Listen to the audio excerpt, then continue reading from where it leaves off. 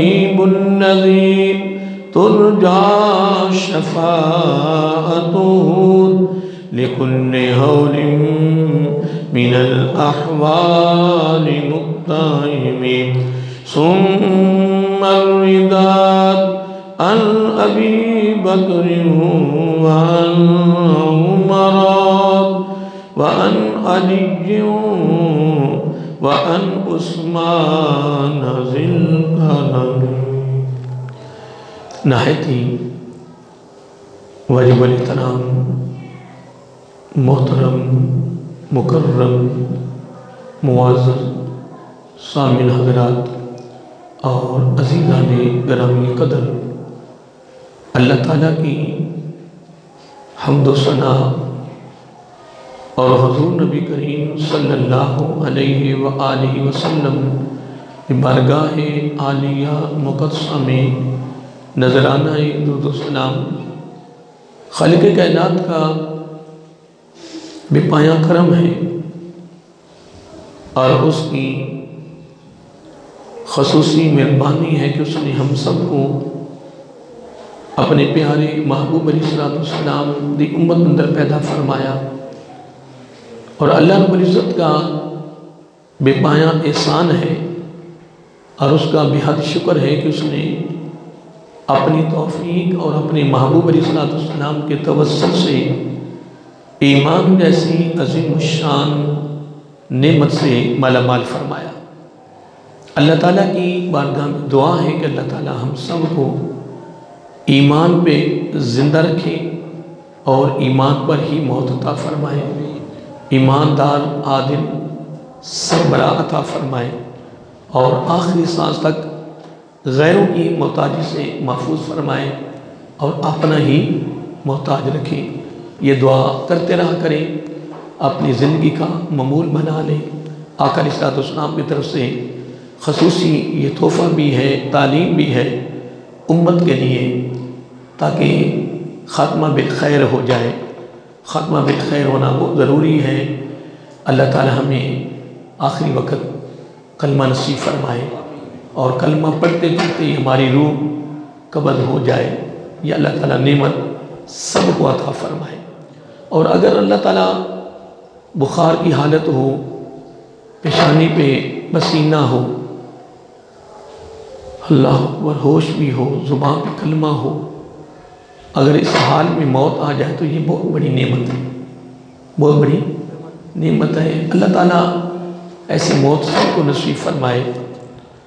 یقیناً آقا علیہ السلام نے فرمایا کہ جو ایمان کی حالت میں دنیا سے جاتا ہے، آقا علیہ السلام نے قسم اٹھا کر 3 مرتبہ فرمایا کہ وہ جنتی ہے۔ کیا فرمایا؟ وہ جنتی ہے۔ اللہ تعالیٰ یہ نعمت ہمیں بھی عطا فرمائے۔ ہمارا ایک موضوع چل رہا ہے 3 محبوب چیزیں۔ کیا؟ یعنی اس پر الحمدللہ ہماری گفتگو پہلے ہوتی رہی کوئی 5-6 اتوار، پھر اس کے درمیان میں امیر المومنین حضرت ابوبکر صدیق رضی اللہ تعالیٰ عنہ کے حوالے سے ہماری گفتگو جاری رہی۔ پچھلے جمعے سے پھر الحمدللہ ہم نے اس موضوع کا پھر سلسلہ شروع کیا ہے۔ آقا علیہ السلام نے 3 چیزوں کو پسند فرمایا کہ یہ دنیا میں سے مجھے 3 چیزیں پسند ہیں۔ پھر خلفائے راشدین نے، چاروں یاروں نے بھی اپنا اپنا اظہار کیا کہ ہمیں بھی 3 چیزیں پسند ہیں۔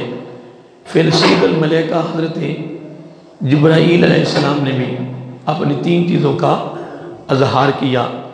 پھر اللہ تعالیٰ نے بھی اپنی طرف سے پیغام بھیجا کہ 3 عمل مجھے بھی بڑے پسند ہیں۔ کتنے؟ یعنی بندوں کے 3 عمل مجھے بڑے پسند ہیں۔ اور اب یہ 21 چیزیں ہیں جن میں سے الحمدللہ ہم نے انفرادی طور پر گفتگو کا آغاز کر دیا ہے، اور پچھلے جمعے پر میں نے خوشبو کے حوالے سے میں نے گفتگو کی تھی کہ آقا علیہ السلام کی کتنی پسند چیزیں ہیں؟ 3، جس میں سے پہلی ہے خوشبو۔ کیا ہے؟ پہلے کیا ہے؟ خوشبو، اور دوسری ہے نیک عورت۔ کیا؟ نیک عورت، اور تیسری چیز آقا علیہ الصلوۃ والسلام نے جس کو پسند کیا ہے وہ ہے نماز۔ کیا؟ اور نماز کے بارے میں آقا علیہ الصلوۃ والسلام نے فرمایا کہ یہ میری آنکھوں کی ٹھنڈک ہے۔ اور یہ میں نکتہ ہر جمعے بیان کرتا رہا ہوں، آگاہ کرتا رہا ہوں یاد دہانی کے لیے کہ آقا علیہ الصلوۃ والسلام نے 3 چیزوں کو پسند کیا ہے۔ تو پہلی چیز کا نہ فقط آپ نے نام لیا خوشبو، اور دوسری کا فقط نام لیا نیک عورت، اور تیسری چیز کا بھی آپ نے نام ایسے ہی لینا تھا نا، نماز۔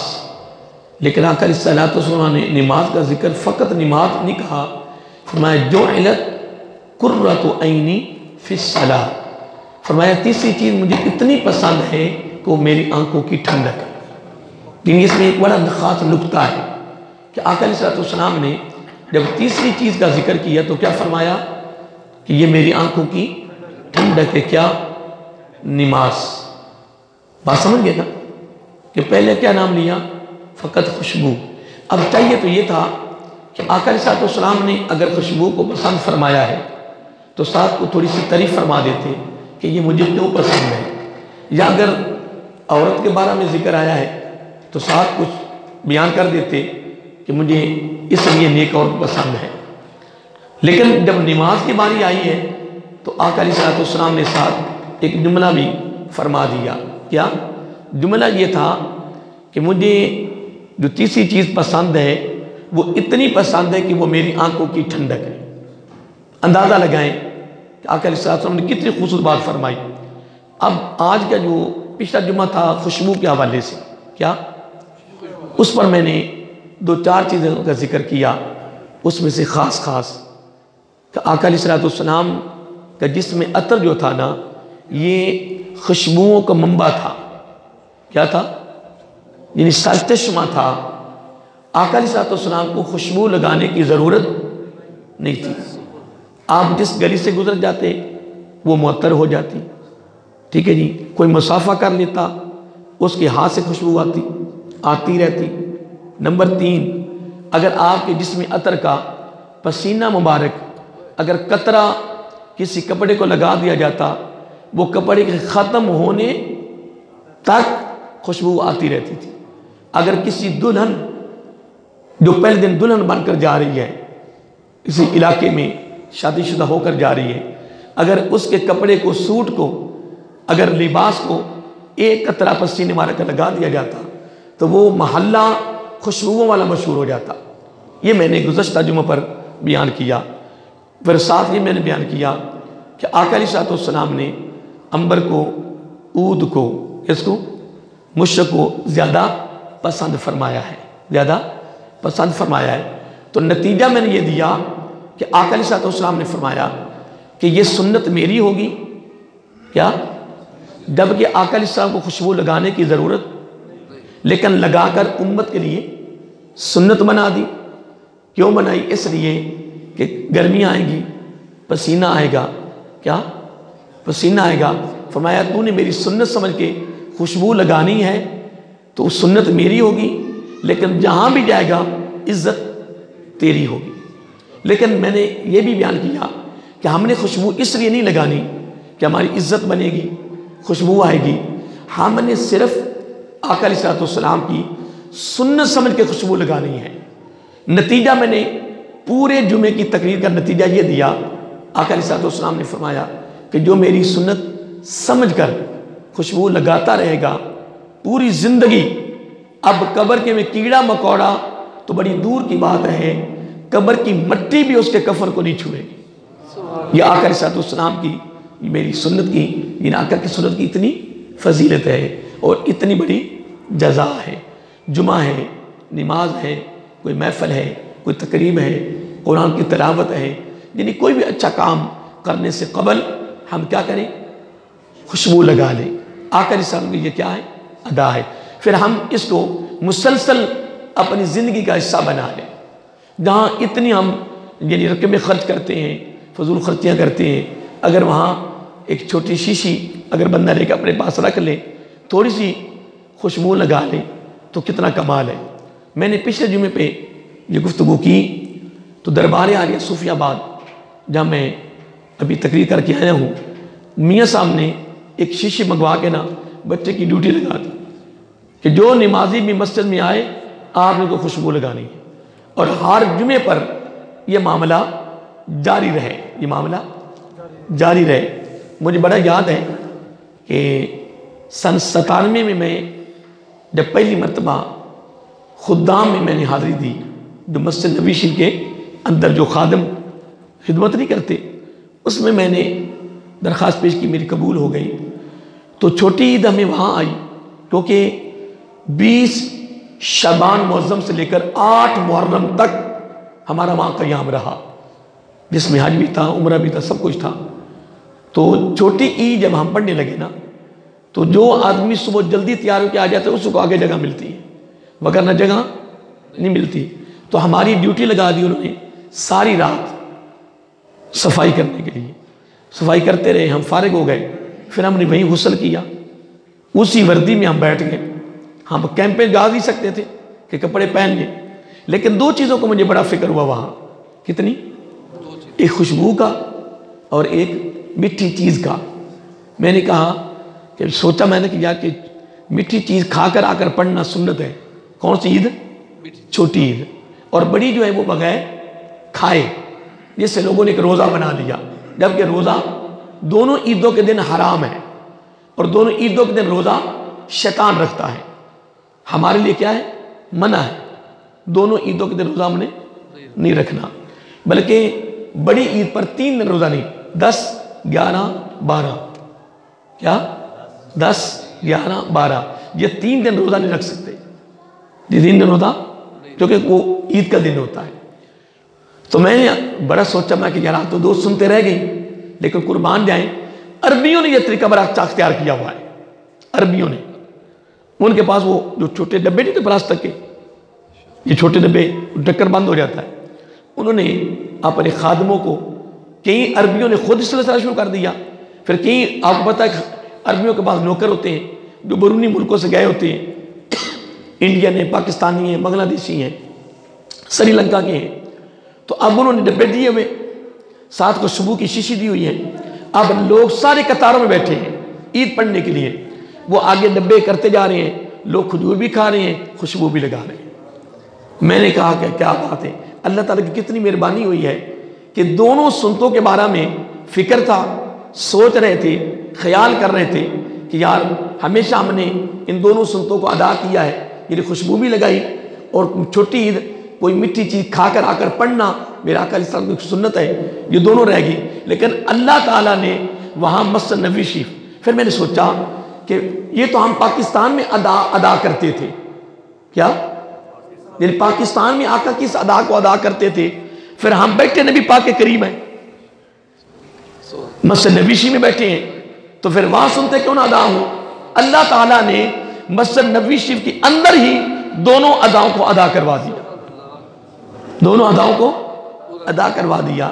تو میں عرض یہ کر رہا تھا کہ خوشبو آپ بھی حصہ بنائیں اپنی زندگی کا، میں بھی کوشش کرتا ہوں کہ میں بھی اس کو اپنی زندگی کا حصہ بناؤں، کہ خوشبو ہم اپنی زندگی کا حصہ بنا لیں، نبی پاک کی سنت سمجھ کر۔ آقا علیہ السلام نے فرمایا انبیاء کے عمل میں، انبیاء کے یعنی انبیاء کے جو فعل ہیں، انبیاء کے جو اعمال ہیں، انبیاء کی جو پسند ہے، اس میں خوشبو بھی ہے، اس میں مسواک بھی ہے، اس میں دودھ بھی ہے، اس میں نکاح کرنا بھی ہے، کیا؟ اور ہمدردی کرنا، یعنی کسی کا دکھ دیکھنا تو فوراً ہمدردی کرنا، یہ انبیاء کی اداؤں میں شامل ہے۔ یہ نبی علیہ السلام نے خود زبان رحمت سے فرمایا کہ یہ نبیوں کی اداؤں میں شامل ہے، اداؤں میں شامل ہے۔ آئیے محترم، آج کی میری گفتگو ہے نیک عورت، کیونکہ آقا علیہ السلام کی دوسری کون سی چیز پسند ہے؟ 3 میں سے پہلی کیا تھی؟ خوشبو، اس پر میں پیچھے میں تبصرہ کر چکا ہوں، اور اس کی 2-4 باتیں میں نے دہرائی کے طور پر یاد دلانے کے لیے میں نے بیان کر دی ہیں۔ اور دوسری چیز جو نبی پاک کو پسند ہے وہ ہے نیک عورت۔ یقیناً حضرت علی کا قول ہے رضی اللہ تعالیٰ عنہ کہ اگر نیک عورت مل جائے تو اس سے بڑا کوئی مالدار نہیں ہے، تو اس سے بڑا کوئی امیر نہیں ہے، تیرے پاس کچھ بھی نہ ہو تو نیک عورت مل جائے تو تجھ سے بڑا امیر ہی کو نہیں ہے. نیک عورت کا مل جانا سمجھو وہ آدمی امیر ہے. اگر نیک عورت مل جائے پھر اور کمال ہے. نیک ہمسایہ مل جائے تو اور کمال ہے. آپ فرماتے ہیں نیک عورت، نیک اولاد اور نیک ہمسایہ جس کو مل جائے، حضرت علی فرماتے رضی اللہ تعالیٰ عنہ کہ تجھ سے بڑا کوئی امیر نہیں ہے، تجھ سے بڑا کوئی. اور آگے دوست کی باری آئی تو دوست کے بارے میں نیک نہیں فرمایا. یہاں آپ نے کانٹا بدل دیا. یہاں کانٹا آپ نے فرمایا دوست کے لیے نیک ہونے کی گارنٹی نہیں ہے، دوست کے لیے مخلص ہونا گارنٹی ہے. اندازہ لگائے کتنی یعنی کمال بات کر دی اور بڑا ایک دقیق نقطہ بیان کر دیا کہ دوست کے لیے نیک ہونے کی ضرورت نہیں ہے کہ وہ بڑا نیک ہے جی. نیک ہونے کی گارنٹی نہیں ہے. گارنٹی یہ ہے کہ بیوی نیک، اولاد نیک، ہمسایہ نیک. لیکن جب دوست کی باری آئی تو حضرت علی فرماتے ہیں مخلص. اگر مخلص دوست جس کے پاس بھی ہے وہ امیر ہے، وہ مالدار ہے. اب آئیے آقا علیہ السلام نے نیک عورت کو پسند کیا اور امت کے لیے سنت بنا دی کہ نیک عورت کو پسند فرمائے. اور جس گھر میں اکثر ہوتا ہے کئی لوگوں کی ڈیمانڈیں ہوتی ہیں کہ ہمیں جی کوئی بچی نیک مل جائے. کیا میری بات آپ نے غور کرنا ہے. کچھ جملہ میری زبان پہ آ رہا ہے کہ لوگوں کی ایک خواہش ہوتی ہے، آرزو ہوتی ہے کہ جی کوئی نیک عورت مل جائے، میرے بیٹے کے لیے کوئی نیک رشتہ مل جائے، کوئی نیک بچی مل جائے تو ہمیں کسی چیز کی ضرورت نہیں ہے. یہ بچے کی والدہ کہہ رہی ہے جو بچے کی ساس بنے گی، جو بچے کی ماں بھی ہے، ساس ماں ہے بچے کے لیے. بچے کے لیے جو سسر ہے وہ اس کی جو سسر ساس وہ اس کے والدین ہیں کہ نہیں جی. اب بات بڑی قابل توجہ ہے. ساس یہ کہہ رہی ہے کہ کس چیز کی ضرورت نہیں ہے، ہمیں نیک بچی ہو، پارسا ہو، نمازی ہو، دیندار ہو، تاکہ میرا گھر کا ماحول اس کے آنے پر اچھا ہو جائے، ہمارے گھر کی فضا اچھی ہو جائے، گھر کا ماحول بولیے اچھا ہو جائے. اب یہ اس کی ڈیمانڈ ہے. لیکن بدبختی یہ ہے اب ایسی بچی مل گئی الحمدللہ، اس کی ڈیمانڈ پوری ہوگی، خواہش پوری ہوگی. چند دن نہیں گزریں گے یہ دنیا کی جو حوث ہوتی ہے نا یہ بندے کو تباہ و برباد کر رہی ہے اور یہ بندے کو پتہ نہیں کہاں سے کہاں تک لے گئی. جبکہ میرا آقا علیہ السلام فرمائے الدنیا جیفہ، دنیا مردار ہے. دنیا وَطَالِبُهَا كِلَابٌ وَطَالِبُهَا كِلَابٌ، فرمایا دنیا مردار ہے، اس کا طالب کتا ہے.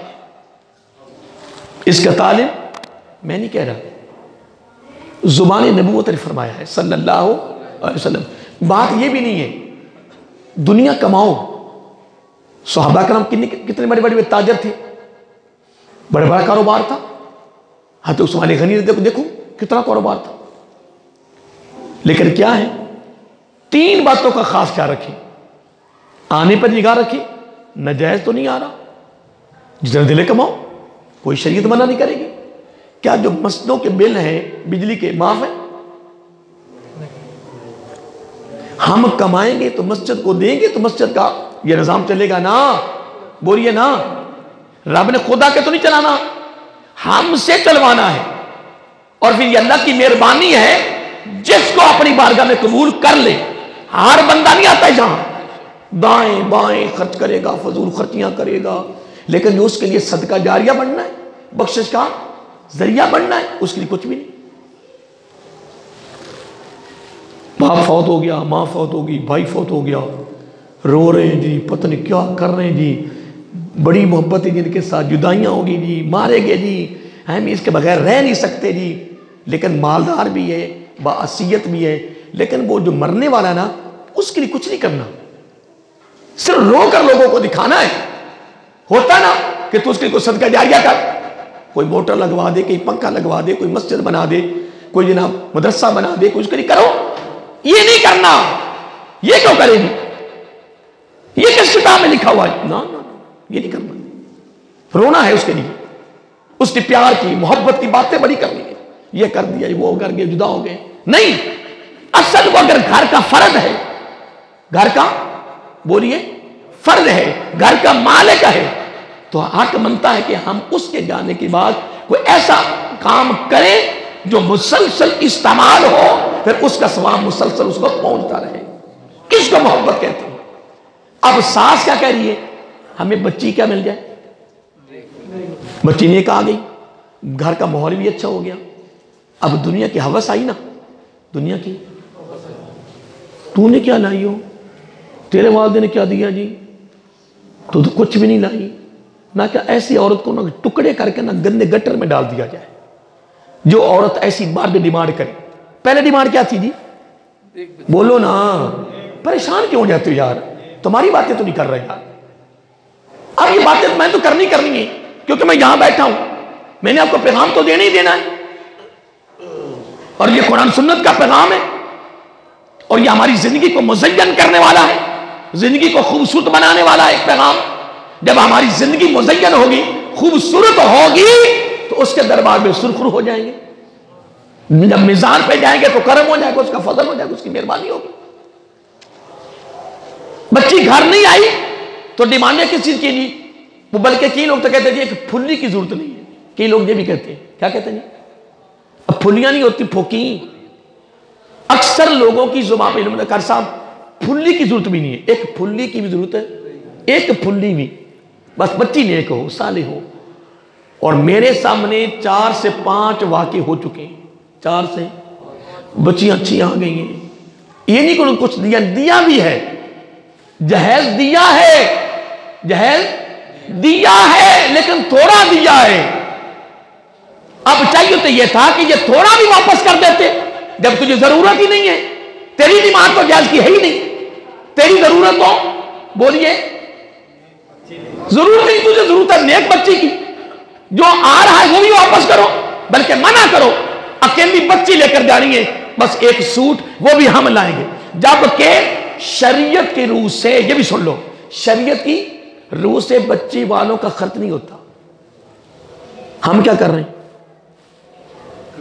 ہم کہتے ہیں جی پٹھان بچیاں بیچ دیتے ہیں جی، عربی بیچ دیتے ہیں جی. وہ بیچتے نہیں ہیں، وہ شریعت کے مطابق کام کرتے ہیں.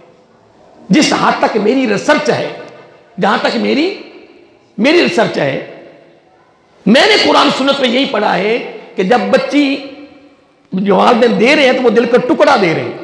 سارا خرچہ بچے والوں کا ہوتا ہے، اور ہمارے بر صغیر میں سارا خرچہ بچی کے والوں کو ہو رہا ہے. لڑیاں نکل جاتی بچی والوں کی، پھر بھی اس گھر میں سکھ نہیں ہے، پھر بھی اس کو تانے دے دے کر اس کو تباہ برباد کیا جا رہا ہے. تو یہ نہیں لائی، تو وہ نہیں لائی، ڈوب کر مرنے کا مقام نہیں تیرے لیے.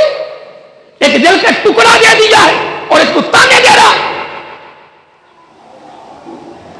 اللہ کے بندو ہوش کرو، قرآن و سنت کا مطالعہ کرو. شریعت کی روح سے کس کا خرچہ ہے؟ بچوں والوں کا. تو ہمارا کیا حال ہو رہا ہے؟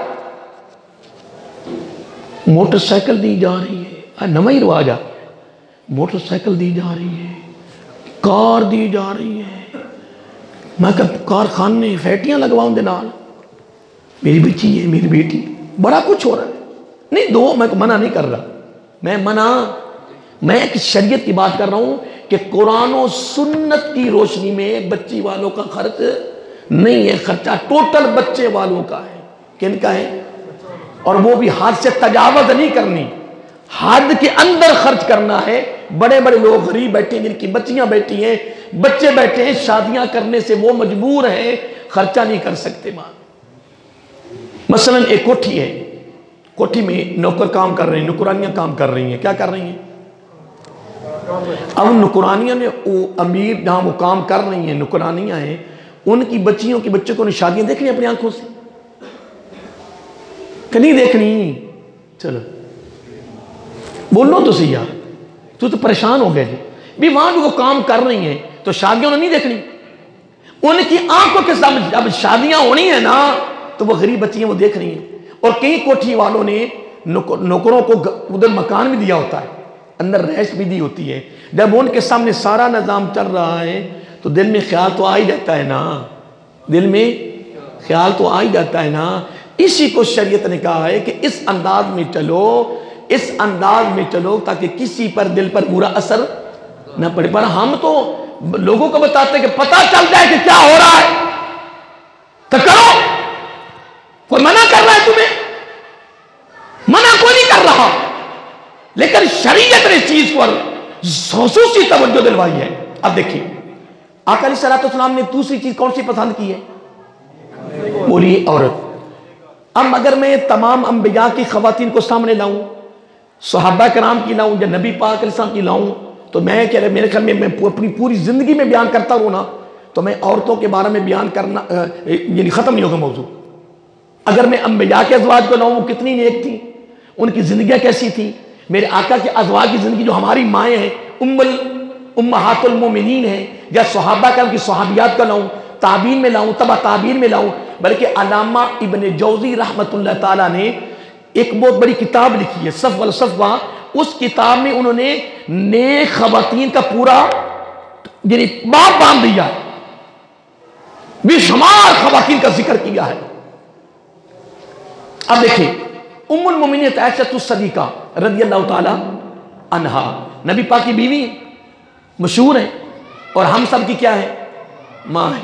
لیکن قربان جائیں آقا علیہ السلام نے فرمایا کہ میری بیوی، خود ملا کر فرمایا میری بیوی نے مجھ سے اتنا علم لیا، میری بیوی نے مجھ سے اتنا علم لیا کہ جتنی میرے اوپر وحی نازل ہوئی ہے نا، جتنا علم وحی کے ذریعے میرے اوپر نازل ہوا ہے، اس میں سے آدھا علم تمام صحابہ میں تقسیم ہوا ہے اور آدھا علم میری بیوی نے حاصل کر لیا۔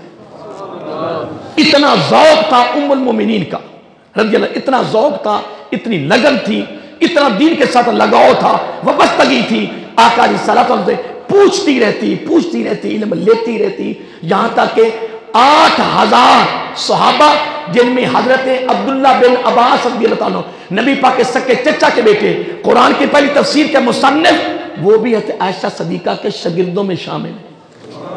8000 صحابہ میں یہ بھی شامل ہے، یہ سارے شاگرد ہیں کن کے؟ نبی پاک اس بیوی کے، ہم سب کی ماں کے۔ پھر تابعین، بڑے بڑے معتبر تابعین، وہ بھی ان کے شاگرد ہیں۔ لیکن آقا صلی اللہ علیہ وسلم کی اس بیوی نے علم تو الگ حاصل کیا، پوری آدھی وحی کا علم حاصل کیا، مفتی کے عہدہ پر فائد ہوئی، یہ ایک الگ حصہ تھا۔ لیکن آقا علیہ السلام نے اپنی اس بیوی کی تعریف کی کہ میری بیوی کا تقوی بھی کمال تھا، تقوی میں بھی کمال تھی، عبادت اور ریاضت میں بھی۔ علم کا آنا کا الگ حصہ ہے، علم کا آنا، کتابوں کا پڑھنا، مطالعہ کرنا، علم یہ سب اپنی جگہ پہ ہے، لیکن پورے علم کا جو نچوڑ عرق لب لباب ہے عمل۔ آج کل ہمارے جمعے روایتی ہو رہے ہیں، بس جمعہ پڑھے، مولوی صاحب کی روایتی تقریری ہو رہی ہیں، محفلیں ہو رہی ہیں، محفل میلاد ہو رہا ہے، 11ویں ہو رہی ہے، باقاعدگی سارے کام ہو رہے ہیں، درس قرآن ہو رہا ہے، درس حدیث ہو رہا ہے، سب روایتی ہو رہا ہے۔ کیا ہو رہا ہے؟ سب روایتی، کوئی پیغام نہیں، کوئی عمل نہیں، کوئی توجہ نہیں، کوئی فکر نہیں۔ آپ مانو یا نہ مانو، جو میں نے جملہ کہہ دیا نا ایویں ہی ہو رہا ہے۔ اب میں تقریر کر رہا ہوں نا، اور جب میں نے اسٹیج سے نیچے اترنا ہے، میں نے خود 0/0 ہو جانا۔ پانی میں کھڑے ہو کے پینا ہے، الٹے ہاتھ سے پینا ہے، ریڈی کے پاس کھڑے ہو کر امام مشی میرے سر پہ ہوگا، کھڑے ہو کے میں کھا رہا ہوں، پی رہا ہوں، اور میں نے جب تقریر کرنی بیٹھ کے میرے نبی کی سنت ہے جی، اور خود کیا کر رہا ہوں؟ اس کا مطلب میری تکلیف روایتی ہوئی نا، روایتی تکلیف، سب نظام چل رہا ہے۔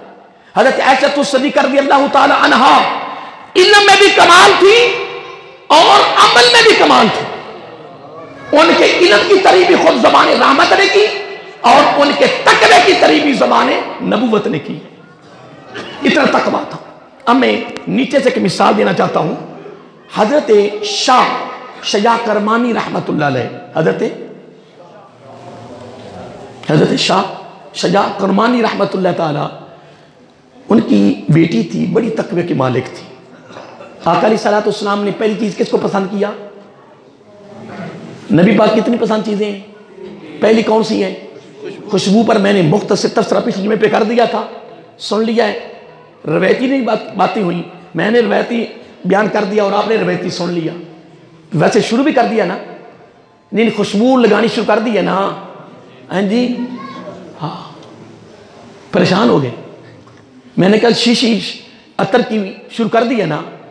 آقا علیہ السلام کی پسند ہماری پسند، ان کی ناپسند ہماری ناپسند. اور خدا کی قسم میں برملا کہتا ہوں، صحابہ کی جماعت، صحابہ کا گروہ، صحابہ کی جماعت آقا علیہ السلام کے احوال کے بھی وارث بنے، اعمال کے وارث بنے، علم کے وارث بنے، اداؤں کے وارث بنے، تقوی کے وارث بنے. میرے آقا کے ہر حصے کے اگر وارث بنے ہیں تو میرے آقا کے صحابہ بنے. اور ہم تو روایتوں تک رہے، نعرے بھی روایتی، تقریریں بھی روایتی، جلسے بھی روایتی، پر پھونپھا ہو رہی ہے، شوبازی سجاوٹ ہو رہی ہے. کمال یہ ہے اے امت مسلمہ، تیرا عمل اتنا کمال ہو، غیر کی کیا ضرورت ہے وہ میلی نگاہ سے تیری طرف دیکھ جائے؟ غیر کی کیا ضرورت تھی کہ وہ فلسطین کو تباہ کر دیتے، غزہ کو تباہ برباد کر دیتے؟ کیوں؟ یہ قصور ہمارا ہے. میں تو کہہ رہا ہوں، برملا کہہ رہا ہوں، میرا رب سن رہا ہے، فرشتے لکھ رہے ہیں. میں تو کہہ رہا ہوں یہ قصور ہمارا ہے. جب میں نے رات کو آنا ہے، رات 2:30-3 بجے تقریر کر کے آنا ہے، سارے گھر والے سوئے ہوئے ہیں، مجھے دیکھتا نہیں رہا، کوئی نہیں دیکھ رہا. تو میں نے پانی جب پینا ہے تو کھڑے ہو کے پینا ہے، تو کوئی دیکھ تو نہیں رہا، لیکن وہ تو دیکھ رہا ہے نا.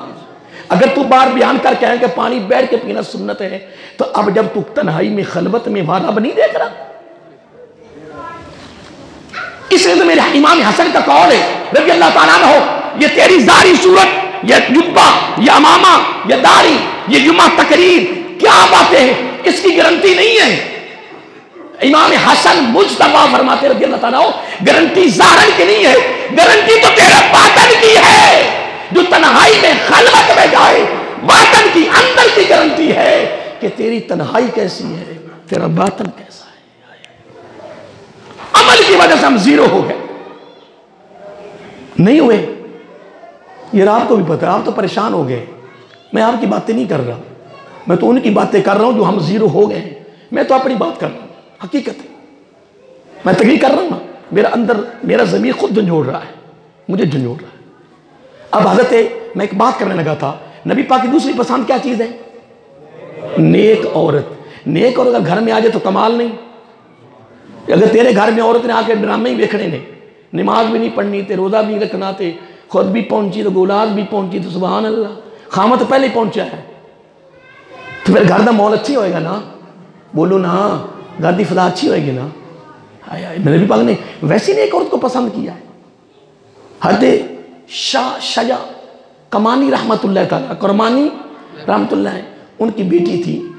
وقت اتنی خوبصورت تھی، اتنی تقوی کی مالک تھی، پرہیزگار تھی، اہل علم تھی، کہ وقت کے بادشاہ کرمان کا جو بادشاہ تھا اس نے پیغام نکاح بھیج دیا. کیا نکاح کا اس نے پیغام بھیج دیا. آپ نے 3 دن کی مہلت مانگی اس سے. کتنی؟ بولیے. 3 دن کی مہلت مانگی. کیا؟ بیٹی کی خواہش یہ تھی کہ ابو جی میری شادی اس کے ساتھ ہو جس کا توکل بھی کمال ہو، تقوی بھی کمال ہو، صبر بھی کمال ہو، یقین بھی کمال ہو. توکل، تقوی، یقین، صبر، اس کے بارے میں میری بس کی بات نہیں ہے کہ میں اس کو کتنا کھولوں اور کتنا بیان کروں. کتابیں بھری پڑی ہیں، میں اس کو پڑھا